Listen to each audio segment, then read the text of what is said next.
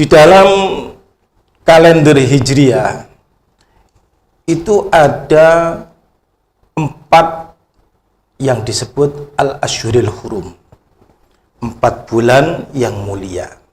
Satu di antaranya yaitu bulan Muharram.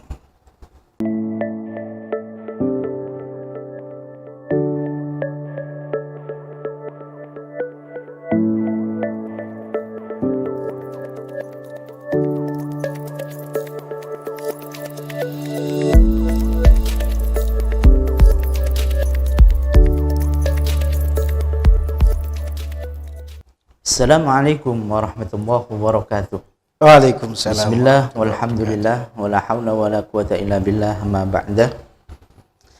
Alhamdulillah, sahabat podcast Kemenak Kota Pasuruan dimanapun Anda berada, alhamdulillah di pagi yang sejuk ini kembali kami bersua meski lewat udara, tentunya di studio podcast kantor Kementerian Agama Kota Pasuruan.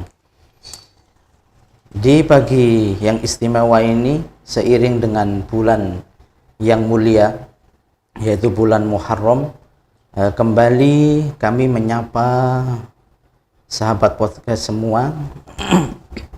Tentunya kita akan membahas tentang keutamaan bulan Muharram ini. Alhamdulillah, di studio kami sudah hadir narasumber sahabat kita, yaitu sahabat penyuluh Al-Ustadz Ainul Yakin dari KUA Bugul Kidul. Sebelum kita membahas tentang keutamaan bulan Muharram, kita sapa dulu beliau. Ya, Assalamualaikum Ustaz. Waalaikumsalam. Bagaimana kabarnya pagi hari ini? Alhamdulillah, khair. Walaupun agak kantong kering. Gitu ya, kantong kering. Biasa, tanggal 30-nya. Tadi tidak macet Ustaz, perjalanan ke sini Ustaz? Ya, nggak macet lah. Oh, nggak macet ya? Dekat sini ya. Soalnya Senin itu kan biasanya macet. Iya. Kalau Senin itu biasanya di kantor itu sering diseneni. Oh, Kan gitu Senin? Ya, Senin, iya betul. Kalau Selasa diselesoi. Iya. Untuk tidak Rabu dirabui. Iya. Iya Ustaz, ini terkait dengan bulan Muharram. Ya, alhamdulillah kita sudah di kalender keempat daripada bulan Muharram Ustaz, yang bertepatan dengan 30 Juni 2025. Nah, mungkin Ustadz mau menyampaikan ya, tentang keutamaan atau amalan-amalan sunnah yang sifatnya muakkadah di bulan Muharram. Monggo Ustadz, falyatafadhal. Baik. Assalamualaikum warahmatullahi wabarakatuh. Waalaikumsalam. Sahabat podcast Kemenak Kota Pasuruan yang berbahagia dimanapun Anda berada. Alhamdulillah, wassalatu wassalamu ala rasulillah Sayyidina wa maulana Muhammad ibni Abdillah wa ala alihi wa sahbihi wa man wala. Wa la hawla wa la quwata illa billah, amma ba'd. Subhanaka la ilma lana illa ma 'allamtana innaka antal alimul hakim. Rabbi shrah li sadri wa yassir li amri wahlul 'uqdatam min lisani yafqahu qawli. Amin ya rabbal alamin. Sahabat podcast Kemenak Kota Pasuruan yang berbahagia dimanapun Anda berada. Alhamdulillah, tidak terasa kita 1 tahun telah berlalu, tahun 1446 Hijriah. Kita lalui bersama, mulai legi, pahit, manis, asin, kita lalui bersama. Kita beralih tahun, berganti tahun, menuju tahun 1447 Hijriah. Dengan kita berada di tahun yang baru ini, mestinya kita sadar bahwa kehidupan dunia ini akan terus berjalan dan menuju pada kematian. Dari hari ke hari kita semakin dekat dengan kematian. Alhamdulillah kita masih diberikan kesempatan oleh Allah Subhanahu wa taala untuk bisa bernafas, bisa hidup untuk mengarungi tahun 1447 Hijriah ini. Banyak kawan-kawan, sahabat-sahabat di luar sana, terlebih mereka-mereka yang usia muda itu belum kenal dengan kalender tahun Hijriah. Kalau ditanya apa saja nama bulan di tahun Hijriah, kebanyakan mereka bingung. Makanya coba saya sebutkan supaya kita mengingatkan kepada mereka nama-nama bulan di tahun Hijriah. Yang pertama Muharram, Safar, Rabiul Awal, Rabiul Akhir, Jumadil Awal, Jumadil Akhir, Rajab, Sya'ban, Ramadan, ya kan? Syawal, Dzulqa'dah, Dzulhijjah. Ini penting, Ustaz. Penting kita sampaikan kepada kawan-kawan yang terutama yang masih muda-muda itu. Nah, itu jarang sekali yang menghafal. Paling yang hafal itu ya Januari, Februari, Maret, ya kan? Karena kalender di sekolahan maupun di rumah itu yang banyak ya memang berlaku yang Masehi. Tapi apapun itu kita mesti bersyukur kepada Allah. Kita wajib mensyukuri nikmat yang telah kita terima. Karena banyak orang menginginkan nikmat yang telah kita terima. Dan juga kita ketika kita tertimpa musibah, tertimpa ujian, mendapatkan ujian, kita harus sabar. Sabar dengan adanya ujian. Kenapa? Karena banyak orang itu berhasil dengan ujian ini sehingga menjadikan dirinya mendapatkan pangkat derajat yang lebih tinggi dan lebih mulia dikarenakan ujian tersebut. Alhamdulillah. Sholawat serta salam mudah-mudahan senantiasa tercurahkan kepada junjungan kita baginda Nabi Muhammad SAW. Dengan kita selalu membaca sholawat pada baginda Nabi SAW, maka ruh kita akan nyambung dengan baginda Nabi SAW, sehingga kegiatan kita, amal-amalan kita itu akan terkoneksi dengan baginda Nabi Muhammad SAW. Dan itu penting untuk menumbuhkan rasa cinta kita kepada baginda Nabi Muhammad SAW.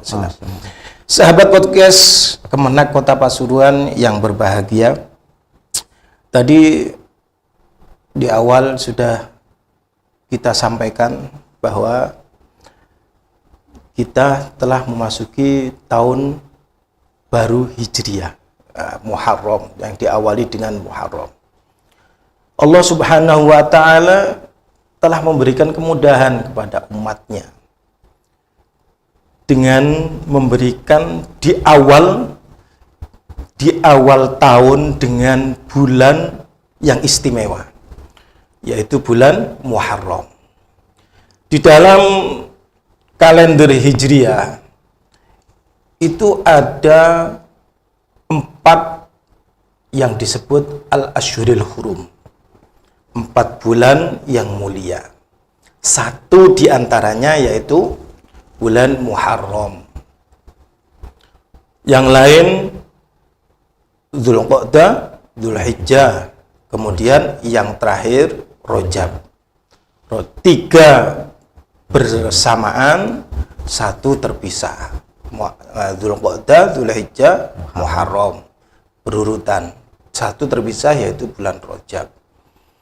Di bulan Muharram ini banyak sekali keutamaan-keutamaan di dalamnya.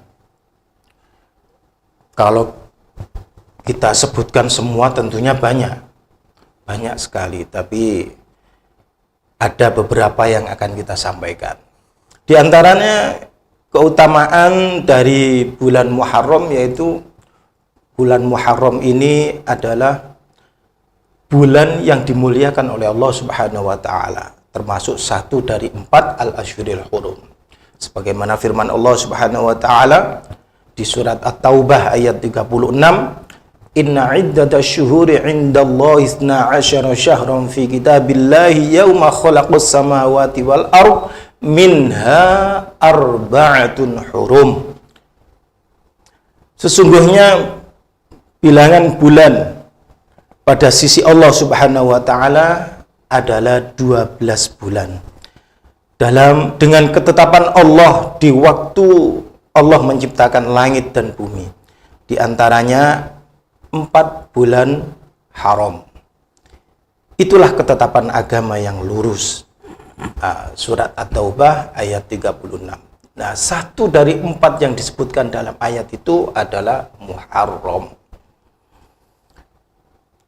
Selain daripada itu, kemuliaan, keutamaan daripada bulan Muharram, yaitu diantaranya disebut Syahrullah. Bulan Muharram Syahrullah. Kenapa? Karena kemuliaan bulan Muharram itu sendiri. Bulan Muharram yang mulia disandarkan kepada Allah yang maha mulia. Sama halnya dengan Baitullah. Nah, kalau bait, rumah, disandarkan pada Allah yang maha mulia, maka rumah Allah, maka menjadi sesuatu yang mulia, sesuatu yang mulia. Begitu juga Al-Quran. Al-Quran ini memang mulia. Kenapa? Karena firman Allah. Karena firman Allah. Makanya Al-Quran juga mulia. Jadi Muharram termasuk disebut juga Syahrullah. Yang ketiga, bulan Muharram memiliki keutamaan, yaitu bulan terbaik setelah bulan Ramadan untuk berpuasa. Makanya sudah biasa kita dengar di masyarakat, di pengajian, guru-guru kita, ustadz-ustadz kita, kiai-kiai kita untuk menyarankan agar berpuasa sunnah di bulan Muharram. Tentunya yang utama tanggal 1 sampai tanggal 10. Tanggal 1 sampai tanggal 10. Kalau bisa. Kalau bisa. Biasanya itu kalau tidak semua orang memiliki kesempatan waktu untuk bisa berpuasa karena mungkin pekerja keras seperti tukang. Nah, ini kan kesulitan. Nah, makanya diambil salah satu waktu yang pada waktu itu longgar, libur. Nah, mungkin nanti insya Allah tanggal 9, 10 itu ketepatan pada hari Sabtu dan Ahad. Nah, itu bisa bisa digunakan untuk berpuasa, dan itu pahalanya luar biasa. Pahala puasa di hari Asyura itu melebur berapa? 1 tahun. Dosa kecil 1 tahun pada tahun lalu. Sehingga kita bisa menyongsong, bisa masuk, memulai awal tahun ini dengan dalam keadaan bersih. Itu diantaranya.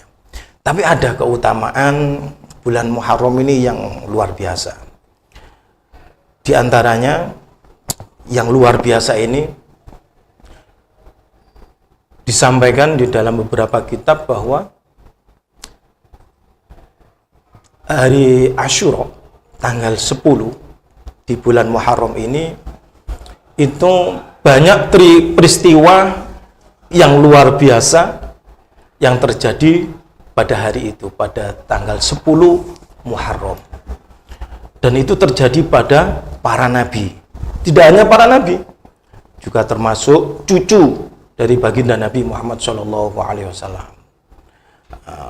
Maka keutamaan bulan Muharram ini termasuk kemuliaan para nabi, yang mana pada tanggal 10 Muharram Allah menyelamatkan beberapa para nabi dari ujian, dari bahaya, dari musuhnya. Di antaranya diselamatkannya Nabi Musa dari pengejaran Fir'aun dan tentaranya. Dan di hari itu pula Fir'aun ditenggelamkan oleh Allah Subhanahu wa Ta'ala di Laut Merah. Sampai sekarang Ustaz, muminya Fir'aun itu masih utuh. Ini buat pelajaran kita, bahwa orang yang sombong, orang yang tidak mau menerima kebenaran, orang yang mengaku Tuhan, wah, top itu. Kalau orang sudah mengaku Tuhan itu top-topan itu, top-topan, bukan top temenan, top temenan. Ya. Fir'aun tenggelamkan dan jasadnya masih ada sampai sekarang sebagai pelajaran. Selain Nabi Musa juga terjadi pada Nabi Nuh. Nabi Nuh ini berlabuhnya kapal Nabi Nuh yang membawa sisa-sisa makhluk yang tidak ikut dibinasakan oleh Allah dari banjir dunia. Nah, dari banjir dunia. Ada beberapa pasang manusia, hewan dan di sana. Dan pada tanggal 10 Asyura, pada 10 Muharram berlabuh di Gunung Jud. Gunung Jud. Ya. Nah, makanya dulu saya pernah diceritakan, ini entah sahih apa enggak. Itu dari ibu saya sih. Saya kurang tahu sumbernya. Itu katanya setelah perahu atau kapalnya Nabi Nuh ini berlabuh di Gunung Jud, terus ada sisa-sisa makanan itu dikumpulkan, akhirnya dibuatlah jenang bubur Asyura, terkenal dengan bubur suro. Enak itu bubur sum. Bukan bubur sum. Bubur suro beras. Tapi yang unik itu Ustaz, kan ya. Ada ikannya, teri. Iya, ada teri, juga ada udangnya. Ada udangnya, terus ada dadarnya. Pokoknya macam-macam itu disuwir. Nah, itu tafaulan. Ya, insyaallah. Selain Nabi Nuh juga ada lagi Nabi Yunus. Nabi Yunus ini pada tanggal 10 Muharram diselamatkan dikeluarkan dari perut ikan nun. Ikan nun itu ikan paus. Ikan paus. Iya, ikan paus. Wa dhannuni idh dhahaba mughadiban fa dhanna annahu la ilaha illa anta subhanak. Wa dhannuni idh dhahaba mughadiban fa dhanna an lan naqdira. Gimana Ustaz? Wadhannuni ini artinya sohib daripada ikan nun, artinya Nabi Yunus. Ketika idhahaba mughadiban, ketika Nabi Yunus ini pergi meninggalkan kaumnya dalam keadaan marah karena diajak untuk menyembah Allah, nggak mau, banyak melakukan kemaksiatan. Nah, akhirnya corong Ustaz, puri. Nah, ya puri. Apa bahasanya puri? Puri. Ya, apa bahasanya, Bu? Puri. Ya. Jadi Nabi Yunus ini puri, ya, meninggalkan kaumnya sambil marah-marah. Idzahaba mughadiban, marah-marah. Akhirnya pergilah Nabi Yunus ini ke tepi pantai. Ngambek, iya betul. Nabi Yunus ini ngambek dari kaumnya, kemudian lari ke pantai, ke pinggir pantai. Di situ ada kapal, akhirnya ikutlah Nabi Yunus itu naik ke kapal, naik ke perahu, sampai di tengah lautan ternyata ombaknya besar, Ustaz. Ombaknya besar, akhirnya dikhawatirkan tenggelam karena ombak yang besar, air laut sudah sebagian masuk ke kapal. Sepakat orang-orang yang naik di perahu ini sepakat ini mesti harus ada yang keluar dari kapal, artinya dikeluarkan dari kapal, diceburno, dibuang untuk mengurangi bobot, untuk mengurangi beban ini. Kemudian akhirnya sepakat diundi. Ini mau main tunjuk kan nggak bisa, Ustaz. Akhirnya mainlah diundi. Nah, diundi, dari pengundian itu yang muncul namanya itu Nabi Yunus. Nabi Yunus. Iya, Nabi Yunus. Nabi Yunus. Karena mereka ini orang-orang yang di dalam kapal ini mengenal dengan Nabi Yunus, nggak mau. Wes dianu aja, diundi lagi. Diundi yang kedua, kemudian masih keluar Nabi Yunus lagi. Ya. Masih keluar. Sampai ketiga kali Nabi Yunus. Apa itu gara-gara doanya istrinya, Ustaz? Enggak, siapa istri Nabi Yunus ya? Siapa? Bun Yunus. Yunus. Yunus. Iya, Bun Yunus. Iya. Lalu kemudian karena orang-orang yang di kapal ini nggak mau mengusir Nabi Yunus tahu diri lah. Iya. Akhirnya melepas pakaiannya, menyeburkan diri ke dalam lautan. Nah, ketika itulah Allah menyuruh ikan nun atau ikan paus itu untuk memakan Nabi Yunus, ngempok bahasanya. Ya. Nah, akhirnya dimakan ikan, tapi Allah berpesan kepada ikan itu, jangan makan dagingnya Yunus, itu hambaku. Jangan tulangnya itu jangan dirusak, jangan diremukkan.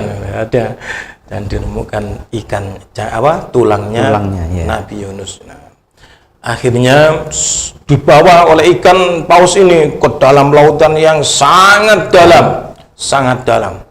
Oh, sehingga ada fanada fi dzulumati alla ilaha illa anta subhanaka. Iya, idzaba mughadiban fa dhanna allan naqdiru alaihi fanada fi dzulumat. Nah, sampai di dasar laut. Sampai di sana Nabi Yunus tertegun. Sampai akhirnya kedengaran ikan-ikan kecil yang ada di dasar laut itu berzikir, Ustaz. Berzikir. Berarti ikan teri. Iya, bukan ikan terima kasih nanti, bukan ya. Maunya ke sana. Iya. Jadi mendengarkan barang benda-benda yang ada di dasar laut itu berzikir. Akhirnya sadar. Yang siapa ini? Nabi Yunus. Akhirnya fanada fi dzulumati alla ilaha illa anta subhanak. Nabi Yunus ingat. Nah, ketika berzikir Nabi Yunus ini, para malaikat itu mendengarkan ada suara tasbih ini.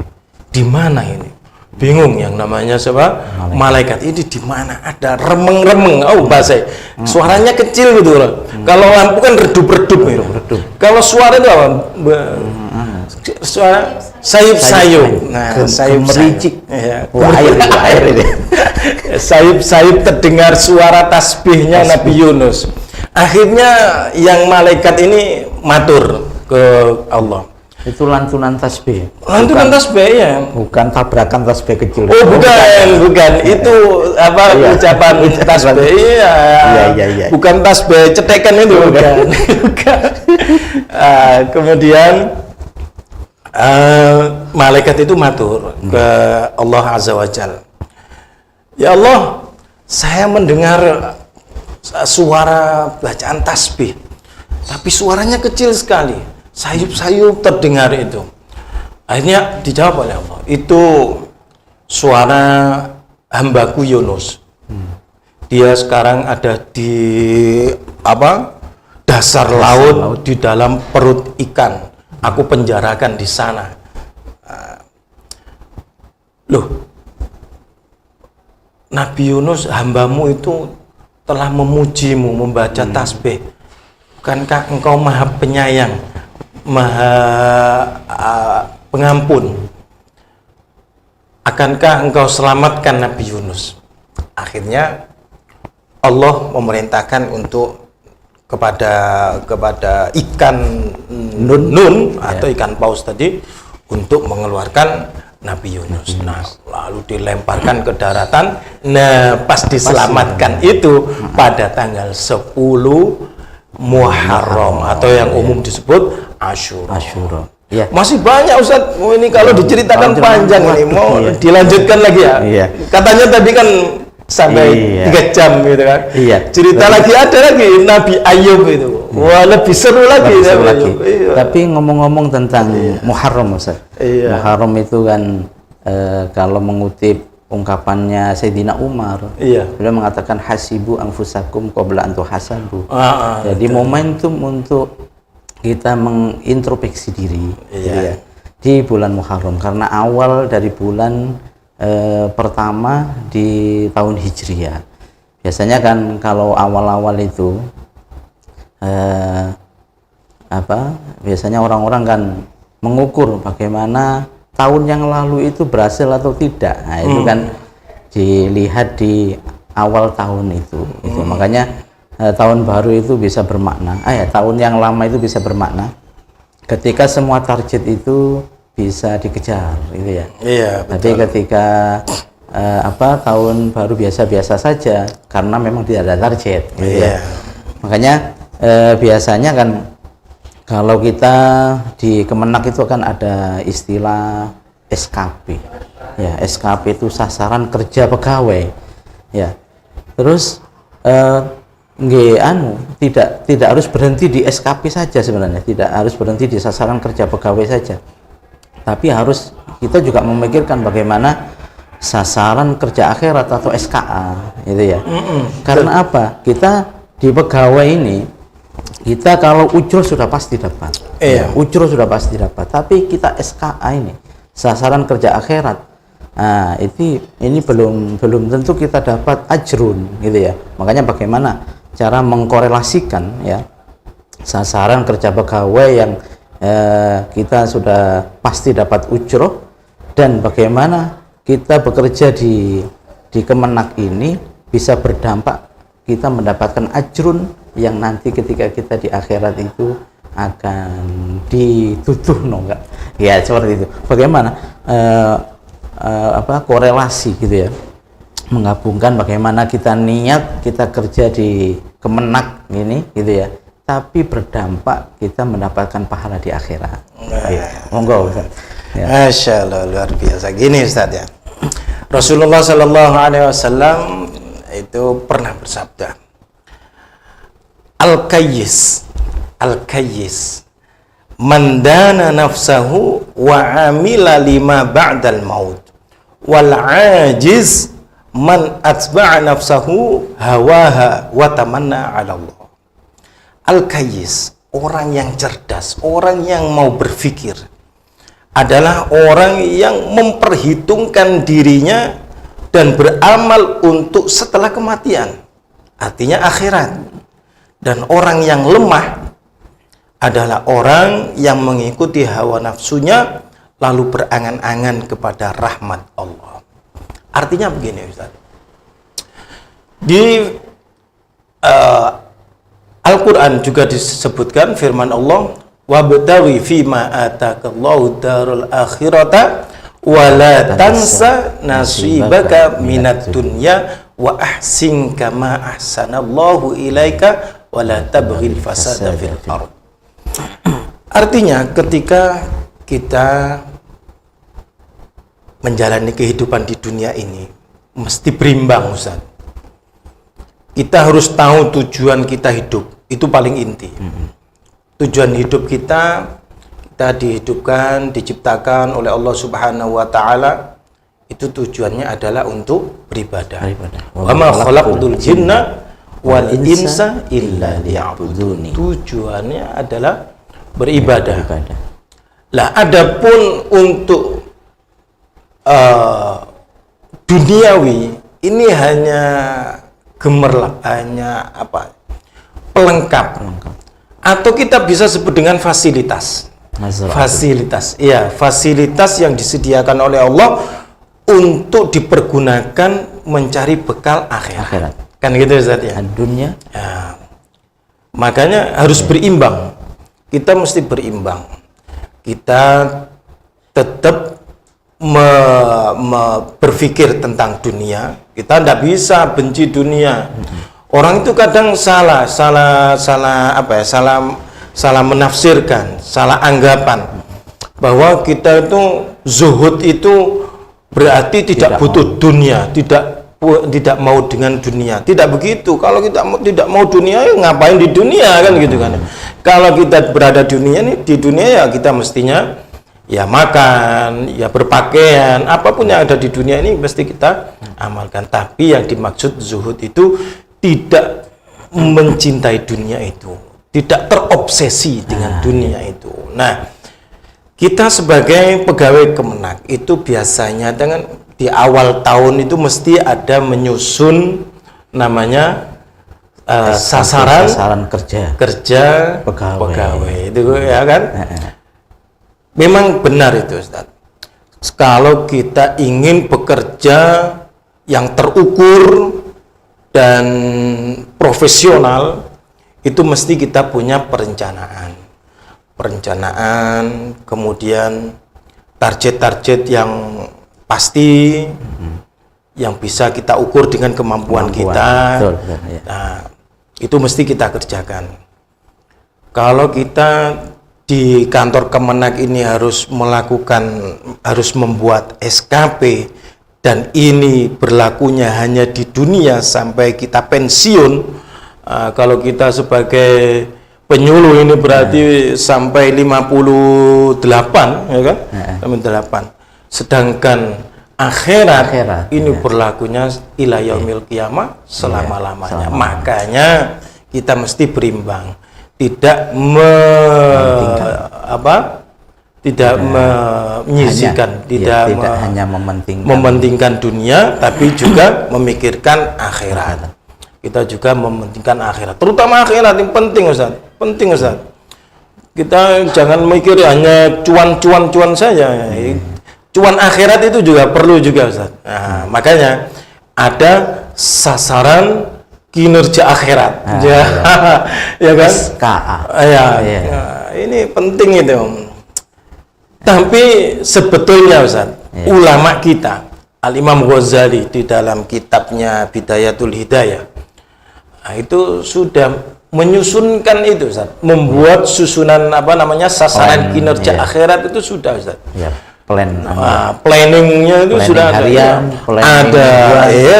ada planning harian, ada planning per pekan, bulanan, tahun, itu ada. Contoh kalau harian, bangun tidur kita baca apa? Alhamdulillahilladzi ahyana ba'da ma amatana wa ilaihi nusyur. Kemudian kita masuk ke kamar mandi, kita baca doa Allahumma inni a'udzubika minal khubuthi wal khaba'is, mendahulukan kaki kanan. Tak kira itu doa keluarkan Ustaz. Bukan. Kemudian keluar dari kamar mandi, alhamdulillahilladzi azhaba 'annil adza wa 'afani. Memakai pakaian, Allahumma inni as'aluka min khairihi wa khairi ma huwa lahu wa a'udzubika min syarrihi wa syarri ma huwa lahu. Dan seterusnya. Ada doa-doa yang disusun keseharian. Nah, kita mesti memplanning atau merencanakan kegiatan akhirat itu mulai dari harian. Tentunya yang wajib dulu. Wajib berarti sholat 5 waktu. Kemudian membaca Al-Quran. Membaca Al-Quran ini penting Ustaz. Karena afdhalu ibadati ummati tilawatul Quran. Ibadah umatku yang paling utama setelah sholat, itu adalah membaca Al-Quran. Penting Ustaz membaca Al-Quran ini. Karena Al-Quran itu buku panduan kita. Kalau kita hidup tanpa panduan, liar kita Ustaz. Betul. Liar, makanya kita mesti sering-sering membaca Al-Quran. Jadi baca saja tanpa mengerti maknanya sudah berpahala. Per hurufnya 10 kebaikan. Makanya luar biasa Ustaz. Selain membaca Al-Quran, kita berpuasa. Puasa kalau harian, kalau per pekan berarti Senin Kemis. Kalau bulanan berarti Yaumul Bid. 13, 14, 15. Senin, ya. Kemudian disambung teruskan ada tahunan. Kita melakukan apa namanya puasa Ramadan. Tasu'a. Wah, termasuk puasa Tasu'a. Asyura. Ini juga. Ini yang sunnah. Kalau yang wajib puasa berarti Ramadan. Kemudian kalau kita mampu haji seumur hidup diwajibkan sekali. Jangan punya banyak uang tiap tahun haji. Kasihan yang lain. Terlalu semangat. Sama dengan sholat. Sholat zuhur 4 rakaat karena semangat ditambahin 6 rakaat. Enggak boleh. Enggak boleh ya? Enggak boleh. Terlalu semangat. Iya, makanya terlalu soleh kata makanya kita mesti seimbang antara dunia dan akhirat. Terlebih kita mesti mengutamakan bekal kita untuk di akhirat. Mungkin itu, Ustaz. Iya, oke, Ustaz. Tidak terasa ya waktunya sudah habis, tapi sebelum kita tutup mungkin ada closing statement, Ustaz, ya untuk para pemirsa. Monggo, Ustaz. Kita nggak terasa, padahal kopinya ini belum datang ini, ini mestinya ada kopinya. Biasanya saya itu kalau ngisi acara mesti ada kopi. Ya, ini nggak ada kopinya. Di sini kopi paste. Terakhir, sebagai closing, satu dari saya, tidak semua orang mendapatkan gaji, tapi semua orang mendapatkan rezeki. Nah, itu yang penting. Makanya kita mesti harus bersyukur pada Allah Subhanahu wa taala atas segala nikmat yang diberikan. Kita juga harus sabar, Ustaz. Kita harus sabar, jangan banyak mengeluh. Titik-titik mengeluh. Jangan, Ustaz. Kalau ingin jadi wali itu harus tidak boleh mengeluh. Iya, itu kata kuncinya. Iya, syaratnya harus tahan ujian. Tahan ujian. Yang lulus dari ujian mesti akan mendapatkan derajat yang lebih tinggi, pahala dilipatkan. Ya. Baik, sahabat podcast Kemenak Kota Pasuruan, tidak terasa itu tadi telah disampaikan tentang keutamaan dan amalan-amalan di bulan Muharram ini. Ya, semoga apa yang beliau sampaikan itu menjadi ilmu yang berkah, khususnya bagi saya sendiri dan umumnya bagi kita para pemirsa, dan semoga sahabat podcast Kemenak Kota Pasuruan, studio podcast ini akan selalu ada untuk memberikan inspirasi, memberikan pencerahan bagi kita semua. Amin. Dari itu saya cukupkan. Wallahul muwaffiq ila aqwamit thoriq. Assalamualaikum warahmatullahi wabarakatuh. Waalaikumsalam warahmatullahi wabarakatuh. Terima kasih.